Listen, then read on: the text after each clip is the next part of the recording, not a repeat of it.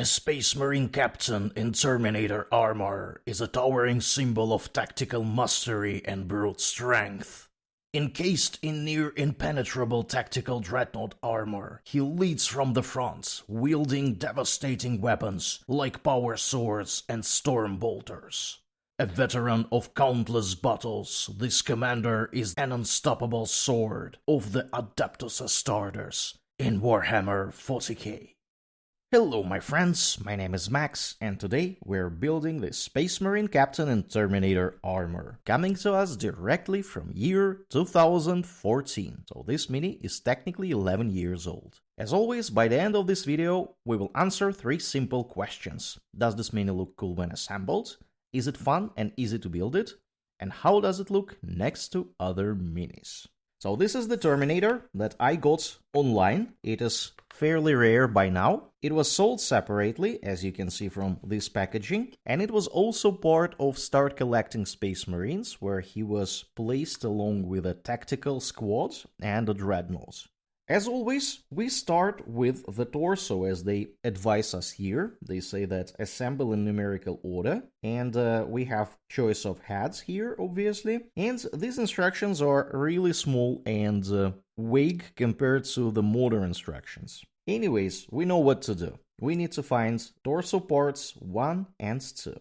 The torso has surprisingly small amounts of mold line. We should assemble it like this. And I'm going to glue it. And this is our torso so far. Next, they advise to add a hand with a sword, the left hand's number 3. I have cleaned up the left hand with the Exterminator's power sword. Looks very cool. There is also a cape. Let's see how it should be assembled here. Should be sitting like this, and this skull is supposed to be glued to his power pack. Let's try to glue it.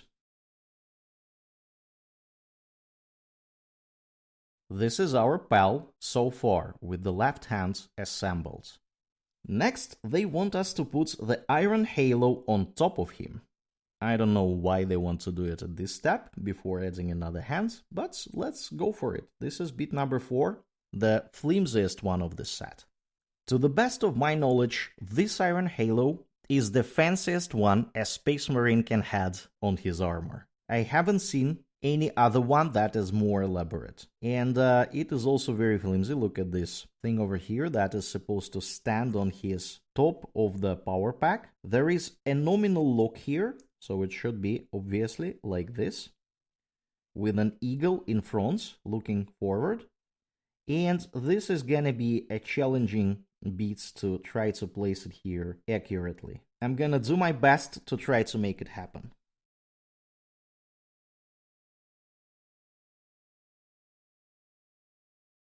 This is our iron halo in place, very flimsy. I will definitely give it some rest before touching it again. And in the meanwhile, we need to find a hand with a storm bolter number 5. Oh yeah, and I just noticed that there are 2 bits that are named number 4. This is a peculiarity of this instruction set. Apparently we were supposed to put a shoulder pad 4 on this arm, but we will do it later. Let's go for this arm first. Took me a while to clean up this hand with the storm bolter. Very old style, bulky storm bolter. Really like how they look like. However, it is always a pain to drill the holes because the holes should be symmetric, and I struggle to do symmetric holes here. So this was my best effort. I think it is fairly fine, but not the best of my drilled boulders. Anyways, let's see how it should be assembled here. So according to designs, according to the image that we see, the storm bolter should be looking down like this. This is how he stands. And yeah, I'm going to glue it. And this is our right hand with a storm bolter. Now I think is the perfect time to move to the shoulder pad number 4 that is supposed to be sitting on his left shoulder. This is our cool looking shoulder pad with Crook's Terminator. It is supposed to be sitting on this shoulder like this. And this is our shoulder pad. Our pal is almost done. We are only missing a head here. We have 2 head options, and I will go with the head number 6 because it has a respirator on his mouth. Normally, I would prefer to have a head that is helmeted for a Terminator, but in this case, this is the most I can count on. If we ever kit bash this mini, of course I will find a helmeted head for this pal. However, in this case, we will have to make do with the head with a respirator, like this one. Go into glue it. And I think this is the position of our head. Now we need to drop him on a base, the 40mm base. The bases from this area tend to have some defects on the sides. I had to clean it up a little bit. And let's drop him on a base. And that's our mini, my friends. It took me roughly 25 minutes to assemble it, very lazily. This mini does not have a lot of mold line and it does not have a lot of parts. Very, very easy and straightforward to build. I will give it 5 service cows out of 5 for the sheer fun of building it, and I will give it 4 out of 5 for its ease of assembly, mainly because of this iron halo. 2 bits here to mention. First of all, the stand is very, very flimsy.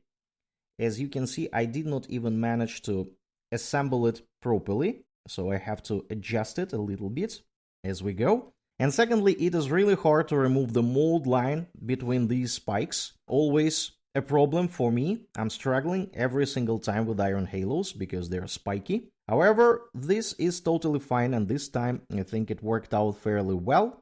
But other than that, the mini is really straightforward. Not a lot of things to mess up, apart from these bolter holes, of course, and this iron halo that I have already mentioned. This mini might require partial assembly because of the cape, so you basically will have to assemble this whole hand with the shoulder pad and the cape, separately paint it, and then put it on the miniature. I think this is the only bit that might require partial assembly here, because this hand allows you to do some things with painting. And let's see how this mini looks next to some other miniatures. Let's start with modern era Terminators. Knight Master is definitely taller. As you can see, this is a Primaris Terminator released in 2024, 10 years later than our lad on the left. And you can see that this pal is taller, but they are both quite decorated. So you can't really say that one of them has more decorations than the other, because the one on the left has a lot of eagles here and there, all sorts of crosses and dagger and whatnot. He looks quite cool, and of course the one on the left has the coolest iron halo, and the one on the right has a very rudimental one, so I think the one on the left is still good to have on your battlefield, if you can access him. Of course, it makes sense to compare the Firstborn Space Marine Terminator to another Firstborn Space Marine Terminator. Both of these are captains, and you can see that they are almost in the same pose. However, they have different kind of weapons. It kinda makes sense for the one on the right to have a tilting shield on his left arm, but I have no idea why the tilting shield is on the right for the guy that we have built today, because the whole point of the tilting shield is to protect the armpits, and it is on the wrong arm. Anyways, these pals look very similar. I think the one on the left is a bit shorter, but this is because of the pose. These are Firstborn Space Marine Terminators, and they are very, very similar in their size and posture and whatnot. And it is strikingly similar how they look like at the first place. And I think the guy on the right is a limited edition one, so he is supposed to be more ornate, and that is what we see in his sword and some decorations. And of course, if we want to go nuts here, we can compare this lad to a Primaris Terminator from Leviathan box. He is much taller, partly because of a tactical Tyranid head, and his sword is roughly the same size actually. This is quite surprising. He also has a cool storm boulder with allegedly more ammo, but these look very, very similar to me, even though the design is slightly different. And yeah, this mini on the left is much shorter. This is the firstborn Space Marine. He is a bit shorter than the rest of them. You can see how the progress went forward in almost 10 years between these two miniatures. And that's a wrap for today, my friends. If you enjoyed this video, don't forget to hit that like button and subscribe to the channel. It will help you to catch more content like this and support me in growing the channel. Share your thoughts on this mini in the comments below. I'm working to make my videos more helpful and I need your input. Check the description of this video for a Google form link and share. What's your biggest struggle when building Warhammer 40k minis? Make sure to check the video that you see now on your screen. Thanks for watching and I will see you next time.